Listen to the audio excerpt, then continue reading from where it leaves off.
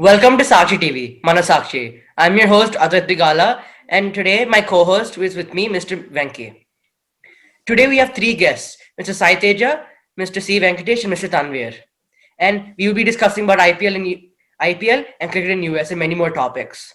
So today I'll be starting off by asking a question to Mr. C. Venkatesh. So Mr. Venkatesh, why Yeah, is KXIP still backing up Glenn Maxwell, even though if he hasn't had that extraordinary performance, he hasn't been that X factor for Kings of Punjab? Why do you think the squad is backing him up? because Glenn Maxwell is an all-rounder and he has lot more to offer other than his batting also because he can give you 4 overs and he's a gun fielder. So we have seen him bowl in the power play also and get some key wickets. So even if his batting is not clicking, he's of great value to the team.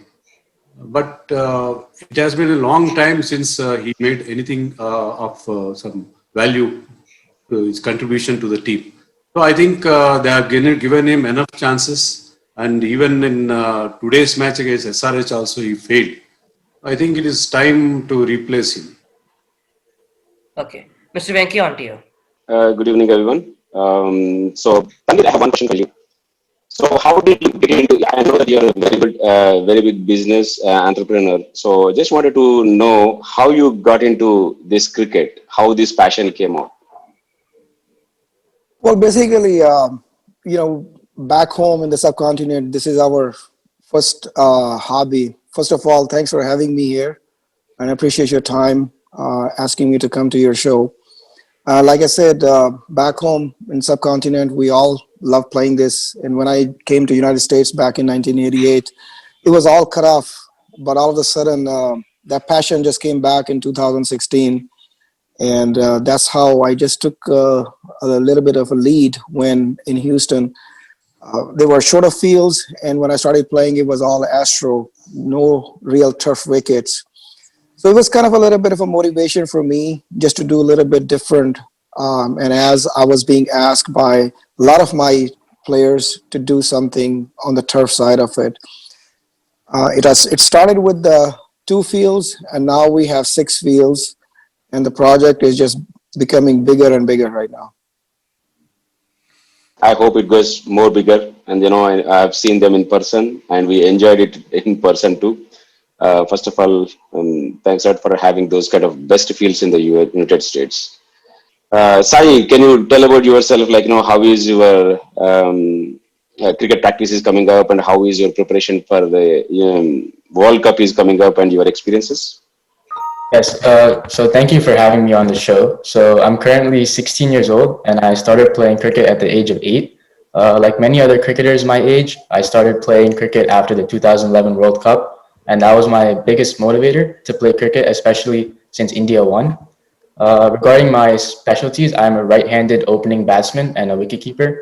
And last year, I was fortunate enough to be part of the US Under-19 team, like you said, and to also play in the qualifier games in Canada. And this year, because of Coach Earl Daly, Mr. Venu Palaparti, and Mr. Ravi Suri, I had the opportunity to play in the minor league for NJ Stallions, and I'm very grateful for the chance to showcase my talent this year. I'm also very fortunate to have a very supportive family as well. Both of my parents helped me a lot throughout the journey, and I couldn't have done it without them, especially in a non-cricketing country like America. And overall, my goal is to play professional cricket, so I'm very committed to working hard and to keep learning from the game.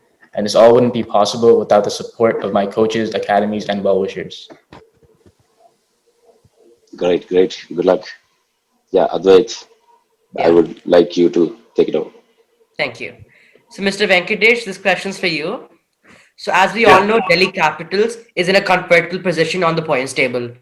So, do you think it'll be the right thing getting Sandeep Lamichan back into the squad and back into the mix? As we all know, he's done a superb job for the Delhi Capitals last year, even though coming from a country from like Nepal. Do you think they should get him back into the mix just for a few matches so he can be the X factor, which everyone knows? yeah, it's a good thing to have Sandeep Lamichhane in the 11, but at whose expense? Because they're all foreign players are well settled. Stoinis is their main all-rounder, and those fast bowling pair of Rabada and Enric Nokia are doing very well. And of course, Hetmeyer is also there. So they are finding it difficult to accommodate in the 11. they would love to have a wrist spinner because both their spinners happens to be finger spinners, Ashwin and Akshar Patel. So I would like to have a wrist spinner in the mix without any doubt. But it is very difficult because they have a settled lineup. See, batting wise, bowling wise, they have a settled lineup. And there's two spinners, finger spinners, are doing an excellent job, both Ashwin and Akshar Patel. No doubt they had a bad match today against KKR, but otherwise they have been doing very well. So it is becoming difficult. Like the case with SRH, they are finding it very difficult to accommodate a top all-rounder like Mohammad Nabi. Mohammad Nabi happens to be the number one all-rounder in ICC rankings as far as T20 cricket is concerned. But he's not finding a place in the Sunrisers 11. Sure. Based on what you said, I agree with that. But there are a few other options where they can bring in Sandeep Lamichan back into the squad. As already compared in the points table, they don't necessarily have to get him for the playoffs. What they can do is that they can replace Anik Nokia with Sandeep Lamichan, and they can get an Indian pace bowler like Mohit Sharma or Avish Khan replacing R. Ashwin. Or they have many other options where they get Ajinkya Rahane and Prithvi Shaw and replacing Shimron Hetmeyer, and you can get Sandeep Lamichan back into the mix. So they have many options. And based on what you said, you definitely want Anik Nokia and you want other players. But what I have seen, that Delhi Capitals have replaced Anik Nokia with Daniel Sams before. So I feel they can do the same thing with Sandeep Lamichan. So one more question for you, sir. Do you think SRH is confident enough after the performance the other day from Manish Pandey and Vijay Shankar? You've seen that magnificent player because after the first two early wickets in the power play, Manish Pandey and Vijay Shankar did not have any pressure at all. So do you think that will boost up SRH's confidence? Yeah, definitely. Because SRH always been a team which is very top heavy. So only if the openers perform, then only they have been winning matches. But this was a rare occasion when both the openers failed, Bairstow and Warner both failed. But still they managed to win the match comfortably without losing any further wickets. So that will definitely give them a lot of confidence because all along it has been a problem for them with their middle order. But both Manish Pandey and Vijay Shankar has come up very well. And the inclusion of Jason Holder is proving to be very, very useful for the team because he's an all-rounder. He brings to the table so many things. He's a good fielder also because in spite of his big build. And it's very difficult to get back Williamson into the team again with Jason Holder doing so well, actually. So, Mr. Venki, you can carry on. Okay. So Tanvir, this question is to you. You know, most of the parents, they need the quality of cricket. When it comes to quality of cricket, the first thing is the strong opponent, and other one is a very good infrastructure, very good ground to play, right? Everybody likes to play in your grounds, that I'm sure. I wanted to know what is your current investment model, how much you really spent on it, and I know about your passion. What is a maintenance that you actually have to work on these fields? Can you explain, what would be the current maintenance model on your fields? It's pretty stiff model that we have currently, and as you know, we currently have 3 turf wickets, and as you recall, the 2 of those 3 current fields that we have, they are kind of like at international standard. In order to get to the international standard, and we are in the process of getting ICC approved status as well, it costs a lot. As of today, I don't want to brag too much about it, but it has cost almost over $3 million just to get to the place where we are today. Now, next year, our plan is to have another 3 turf fields. And the challenge that we face is we can have basically a standard field, but if we want to accomplish our goal to get it basically approved by the ICC, we have to do the laser cutting. We have to have a carpet grass. We cannot just seed the grass. It not only takes a lot of time, but it does not grow properly. So this is where majority of the cost comes in. But as far as kids come over there, they love being there. This is probably a state-of-the-art facility in the US, having 6 multiple fields at the same time. Kids come over there, the only thing that they say is, wow. We have seen people coming in from Chicago, from Michigan, from New York, from all over the United States. Once someone comes here, they always want to come back again and again. Yeah, I definitely second that. Whatever you are really doing, I know that return on investment is not really you're looking at the way that you are investing in it. It's totally a passion that you have. Really, that is a really great thing. See, one of the So thing I that like to ask. Yeah, go ahead. Yeah, go ahead, so Tanvir. one of the thing that I'm just like to see, and this is what my passion is, when I see the kids coming over there, 10 years, 12 years old, and they have so much passion, they have so much pride. They come to me and they say, basically, thank you for doing this. So this basically breaks my heart that, hey, why didn't I even come 10 years earlier to do what I am doing it today? Having kids over there, seeing them playing, this is what I'm looking for. Putting the money into this is a secondary. The primary, like I said, is having kids come over there, enjoy the game. That's the passion, nothing else. I would say. Great. So, next question I have for the Sai. Sai, I know that you are the youngest kid ever who has been selected for under 19, I believe. So far, I have seen in USA cricket. The next World Cup, 2022, under 19. So, what is right now? What is going on? Like, how you guys are preparing? You know, how you are getting ready for it? How is your prep going on? Yeah, so that's a good question. So USA Cricket just announced a foundational plan a couple of days ago, and that plan will be lasting for another 10 years until 2030. And I'm kind of looking forward to seeing that plan in action. And I think there are great things to come for USA Cricket. As of now, to prepare for the qualifiers next year, I think we're having a zonal tryouts actually this weekend, and then from the zonal tryouts, they will pick the final 14 to represent US, and I think after that they will send most of these kids to other places and practice and get better exposure on good grounds and turf grounds, so we can compete against teams in the qualifiers like Canada. Great. Yeah, we have discussed about that plan in the last episode. I'd request you go and watch about that plan as well. Advait, it's next to you. Yeah. So, Mr. Venkatesh, as we all know, CSK have not been having good days so far in this Dream 11 IPL, and they have not pulled off anything so far, anything spectacular as we all know the CSK. So, what do you think is the talk in the dressing room for the CSK with the coach and with the captain, with all the players? Oh, nothing much they can do at this stage. They are out of the race now. But I think nothing went right for them from the beginning when Suresh Rana withdrew. From that time onwards, they have been having problems, and they had to do an extra bit of quarantine. That also helped their. That also some lack of practice. It's an aging team, so nothing much they can do. What all they can do is to plan for the next season.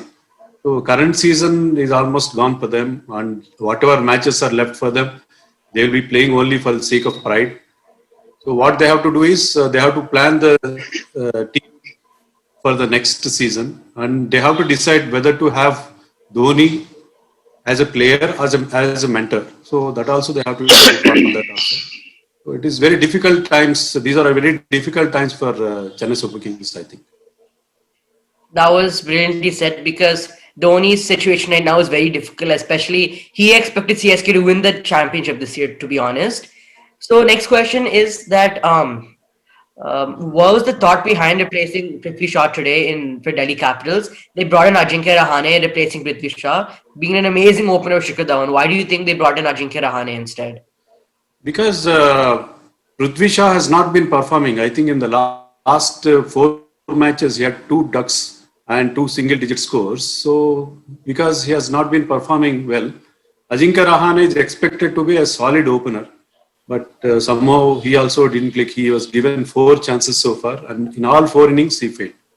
So that is a real problem for Delhi Capitals, who thus far were looking very good. But at the business end of the tournament, they are facing a lot of problems, particularly with the top order. So the team is not looking as strong as they were looking some matches ago.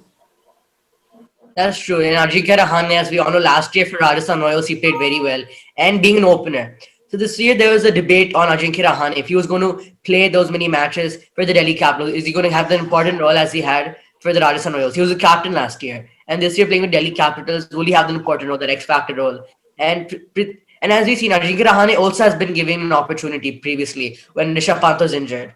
But then also he wasn't able to perform well, and that too he came into the power play only when Prithvi Shaw lost his wicket early. So Delhi Capitals do have that issue, which is worrying because, but still, Shikhar Dhawan on the other hand, he came back. He came back just from back-to-back centuries, and today DC collapsed and unfortunately could not win the match. So, Mr. Venki, on to you. Thank you, Advait. Tanvir, I have one question about your minor cricket league. You own one minor cricket league team. Can you please give us more details about, like, how you guys performed in the last exhibition matches, and anything about your minor cricket league team? Actually, I'm not sure if you're aware of it or not. I own two teams here in Texas and one Yeah, in I know. Florida. I, I know both, but I don't know whether I have to about ask both about both or not, or I don't know much about it. Like, whether you own it both, can I publicly go or not? I am not sure. That's why I didn't No, ask, it but I is. know. It is Okay. a public record that Okay. Austin and Houston are owned by me. Yes. However, I have a good friend. He's like a brother to me, Manish Patel from Dallas, who is also my partner in CPL team Barbados Tridents. So he has joined me to own a portion of Austin team as well.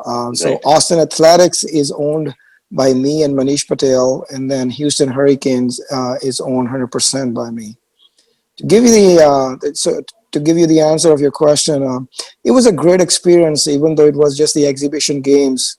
We did very well, not as we wanted to be, but like I said, it was a learning curve for all of us, and we saw a different level of cricket compared to the league cricket here. What has been happening, whether it is a Houston, Dallas, or Austin, or any part of the country, this was a tournament which really set the tone for the rest of the country, as well as to showcase at the world level that the US has some serious talent. And if we have some kids coming in like Nosh, Ali Sheikh, and few others, Karthik out of Dallas, and then we had Ahan from Houston. We got another Majid from Austin. If we continue to produce kids like this, I think US has a very bright future. I second that. Great. Yeah. So can you tell me where you stand in the board in the current zone? I think you have two teams, I know, but about Hurricanes, So Houston. Hurricane basically came number 2, Okay. and then Austin was number 3. So there were only 3 teams in our zone. Yeah. But we're excited to see actually next year when we participate in all those games, and at that time, pool of the teams will be much larger than what we currently have. There'll be more games, so we are excited and looking forward to the full season next year. Great. Good. My next question to Sai Mukkamala. Sai, what you are actually expecting from either USA Cricket or any other governing body in USA that will help you or your team or your another youth teams, that it will give us more motivation or anything. So what do you think that you require now? Yes, so mainly I'm expecting better infrastructure, which was part of the plan I discussed before. And with better infrastructure, it will be able to support the many talented players we have here. Also, with the start of major and minor league by ACE, I think that cricket will grow a lot in the country and is a great platform for people to showcase their talent. Another thing I'm expecting in the future is school teams or county teams, which will create a proper platform and setup which will increase participation. I think this is one thing where we lack in compared to other countries like in India, where they have a proper setup to get into the national side. And if we bring this setup into America, I think that we will be able to increase participation and it will just increase viewership of cricket in America. Yeah, yes, this is a part of the foundation plan again, and they have the top priority of the 5 or 6 tasks, right? So this is one of them. I hope in the next 3 years, whatever their vision, I hope it comes out. Thank you It's a really very good valid expectation that every youth or every parent also is looking at. Advait, is over to you. Yeah, thank you, Mr. Venki. So, Mr. Venkatesh, do you think Shikhar Dhawan can take the orange cap from KL Rahul? As we all know, KL Rahul is in a comfortable position, but if Shikhar Dhawan gets two good scores in the next two matches, and if KL Rahul does not perform well, Shikhar Dhawan has the potential to take the orange cap. So, do you think that'll happen, or will KL Rahul keep the possession of the orange cap?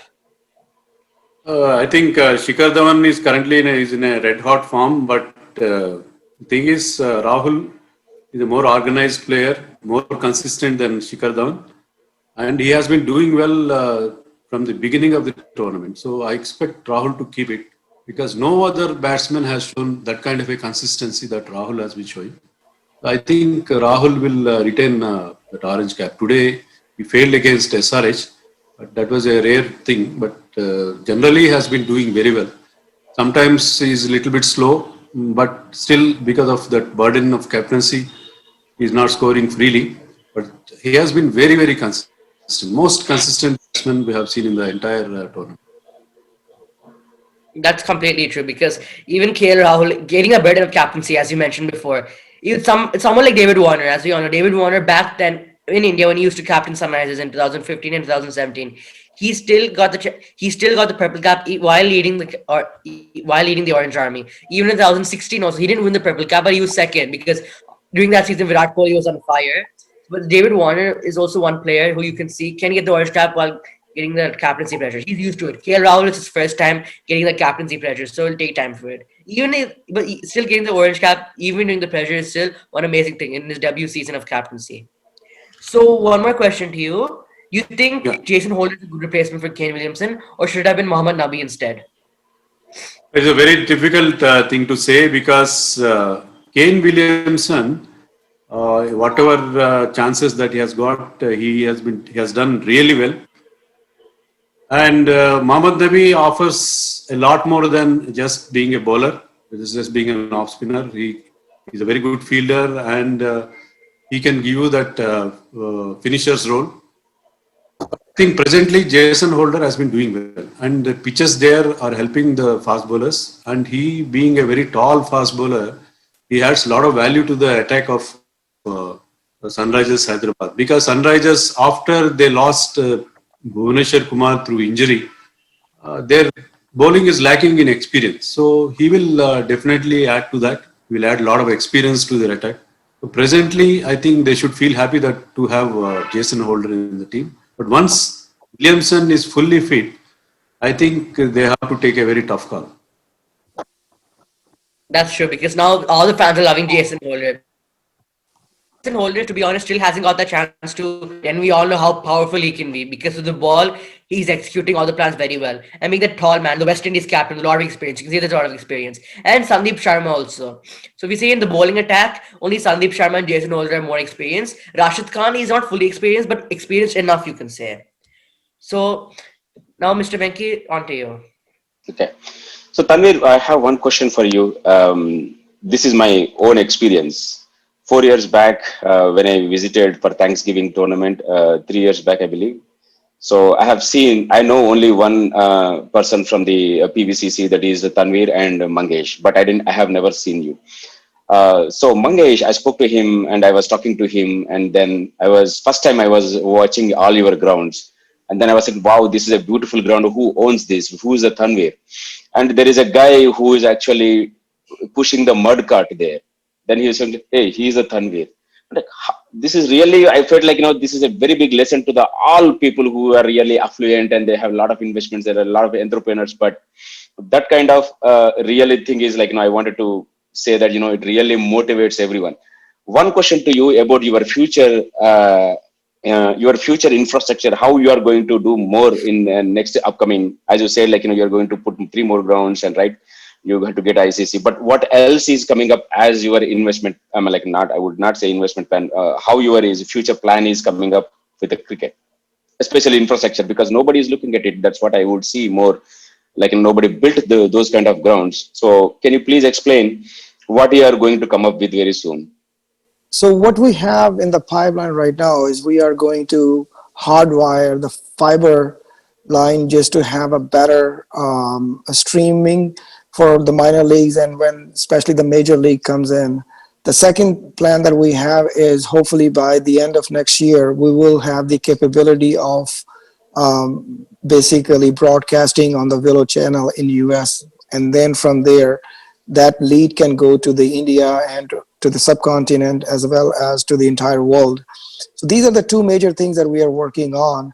Beside that, we also have a plan to work on adding a building, the showers for the players, as well as a dressing room. Wow.